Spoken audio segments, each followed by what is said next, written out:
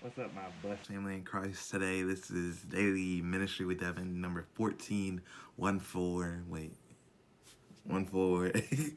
uh, I wish I could do like Revolution or something, like just like a little intro, or like just get the vibe going. But I'm not trying to get copyrighted, like copyright just gonna freaking, like, especially now they have this law. Oh my goodness, hold on. It's, I just, all right. All right, we back. Yeah, they have this law, and you basically can face jail time and up to $30,000 for just copyright on YouTube. So that's crazy, and I'm not trying to deal with that. But yeah, today we are going to be talking about Joseph, just basically Joseph, Judah, and Tamar, I think. Yeah, basically all that. So we're gonna get into it. I'm gonna do another short one. So we're just gonna, if you read, you read it. If you didn't, it's just a quick summary of what to take out of this. So Joseph had dreams. Was okay. So Joseph was 17 years old, and he often tended his father's flock. So his father was, who is his father? Let's make sure I get his name right, because I don't want to, nah, Devin, I don't trust you. Your stuff's not right, sir. All right, so Joseph.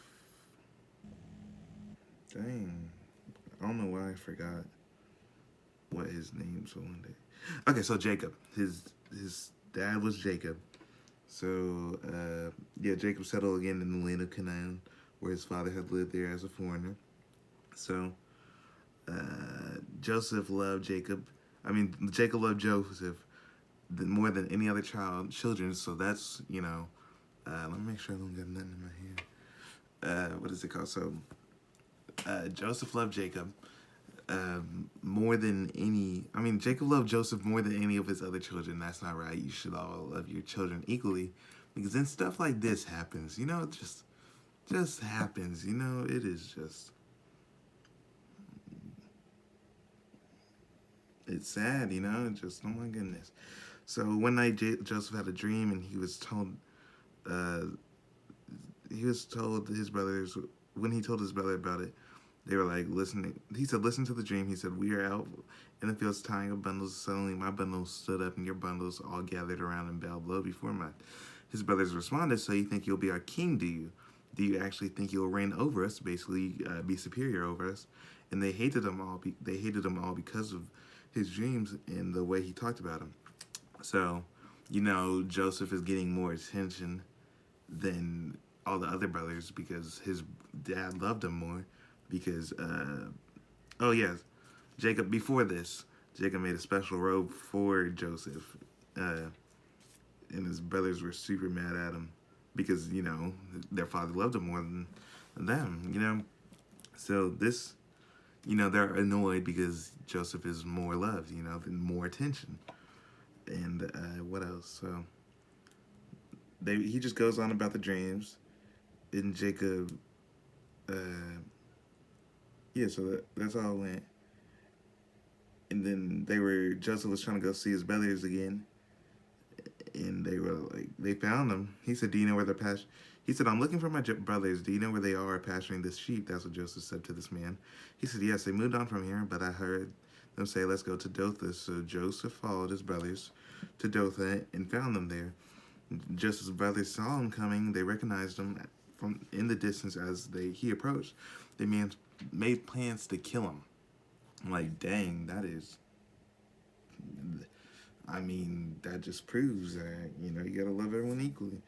But Reuben heard of their scheme, and he said, "Let's not kill him.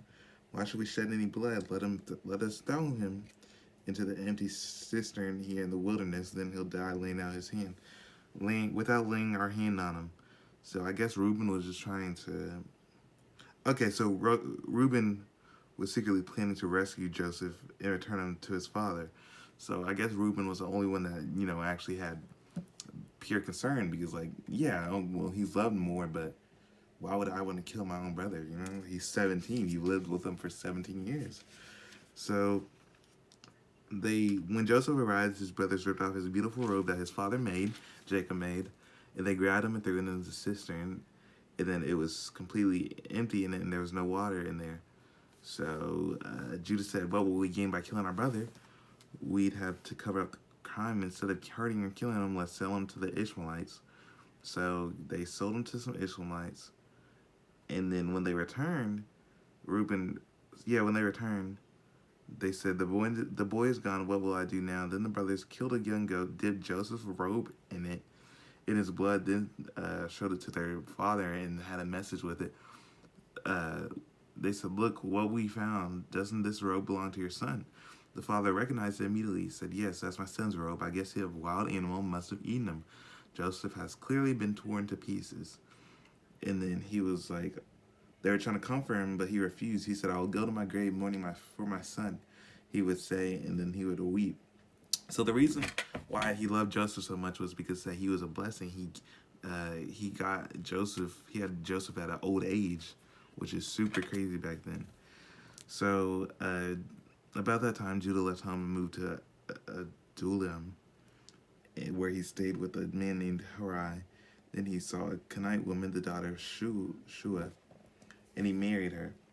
When he slept with her, she became pregnant and gave birth to a son, named the boy Ir. Then she became pregnant again, gave birth to another son, named him Onan. And then when she gave birth to a third son, she named him Sheila or Shalay. It's Loy She and then La. So uh, they were so yeah. So Judah arranged his firstborn son Ir to marry a young woman named Tamir, but Ir was a wicked man in the Lord's eyes, and he's not gonna let nothing happen like that. So guess what? The Lord took his life. Then Judah said to Ir's brother Owen, "Go and marry Tamir, as our law requires of the brother to marry a man who has died. You must produce a heir for your brother, produce a child for your brother."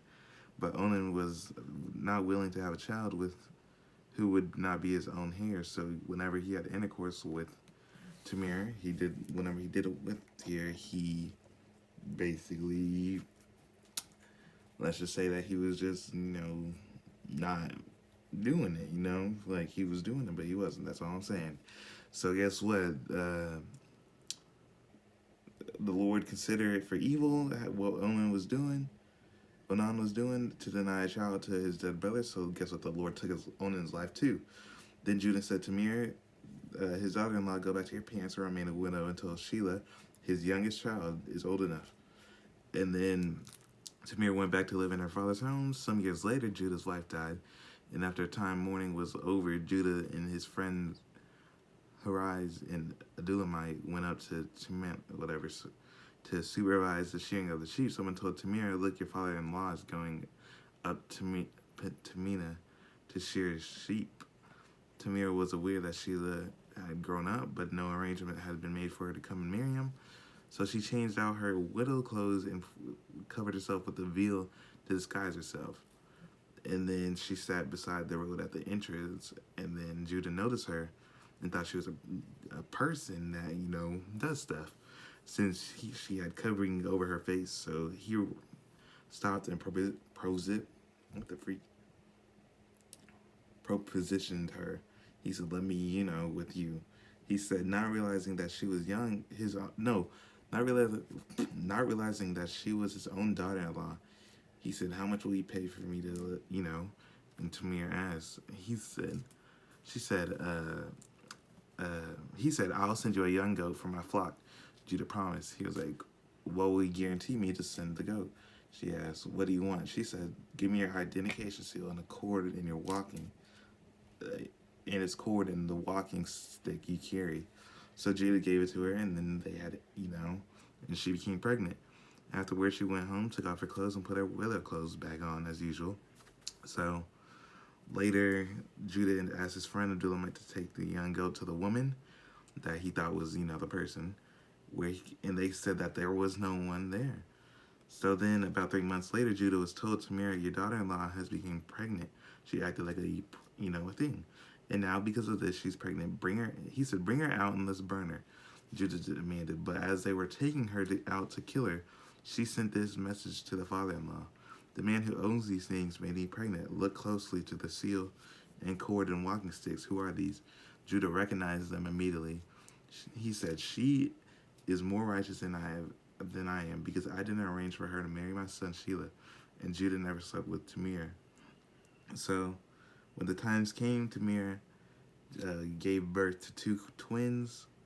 One was named Perez, and the other one was Zerah.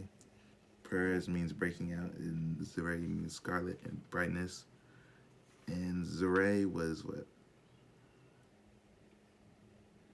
Okay, so Zerah was the oldest one, the firstborn, and Perez was the other. You got to take a note of that.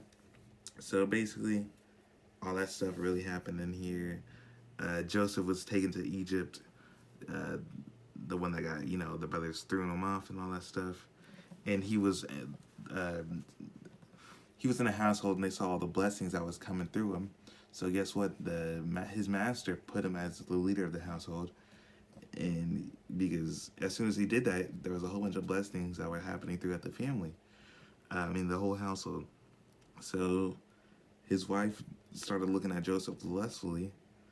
The master's wife looked at Joseph lustfully and said, "Come sleep with me," she demanded, but Joseph refused.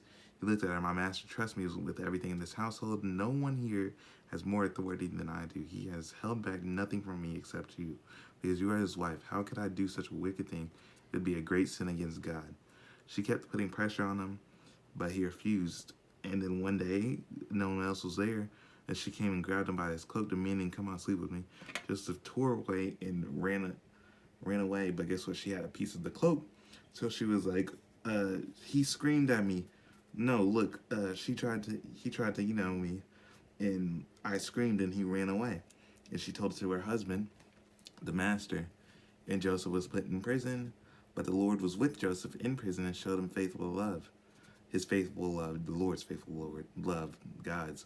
And the Lord made Joseph a favorite with the prison warden. Before long, the warden put Joseph in charge of all the other prisoners and over everything that had happened in the prison. The warden had no worries because Joseph took care of everything. The Lord was with him and caused everything he did to succeed. So that just shows Joseph's faith in the Lord. He never spoke against the Lord. "Oh, Lord, why are you allowing this woman to, put me in jail over something that I didn't do? Well, I stuck by you." Guess what? He still kept his faith. Judah now has two more children with a whole different woman that he was supposed to marry off to his children. And that's basically it. And Joseph got sold into slavery because Jacob loved Judah more than all his other sons. So I hope you enjoyed this quick daily ministry with Devin. That was Genesis chapter 37 through 39. Yeah, 39. I hope you always have a blessed one, and remember, God loves you, and so do I. Peace.